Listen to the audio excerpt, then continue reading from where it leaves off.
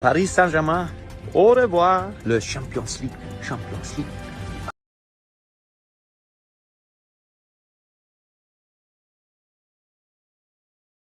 سلام الله على الجميع ومرحبا بكم في هذا التقرير الجديد. جاء موعد الحسم، بل جاء الامتحان الذي قد يكرم فيه المرء أو يهان. لقاء الكبار في دور 16 من دوري أبطال أوروبا.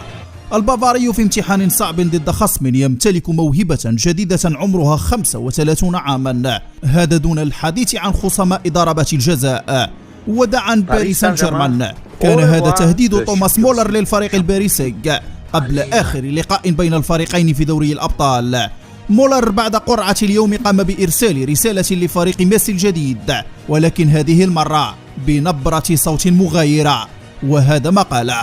Bonjour again, Paris. Two very good teams with very good players. Sadly, one cannot go to the next round. This time, no au revoir. Also, last time I had big respect for Paris. I'm looking forward to this very big duel in the next year. See you guys. Bye bye.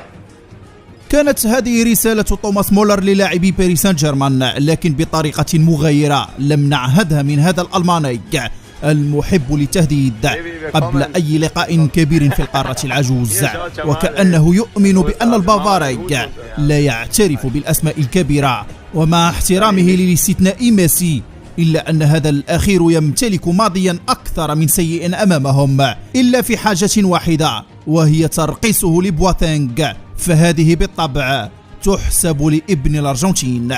ربما التاريخ سيخون فريق عاصمة الأنوار في مثل هذه المباريات، لكنهم يمتلكون لاعبين بإمكانهم البدء في تدوين تاريخ جديد منذ صافرة هذا اللقاء.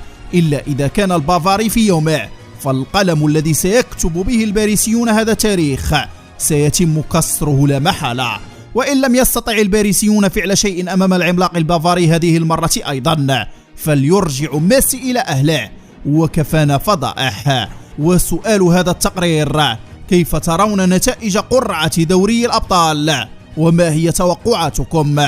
ونحن في انتظار أجوبتكم في خانة التعليقات، ونترككم الآن مع باقي المباريات التي أسفرت عليها هذه القرعة المجنونة.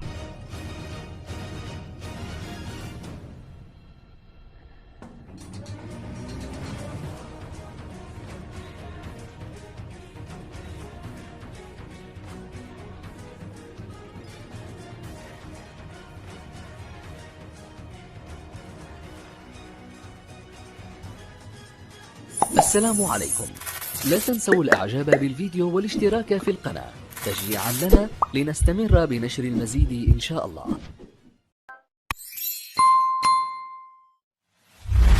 الشكل الجميل الرائع ده بكل سهولة والطعم بتاعنا مميز، والطعم حكاية كالعادة.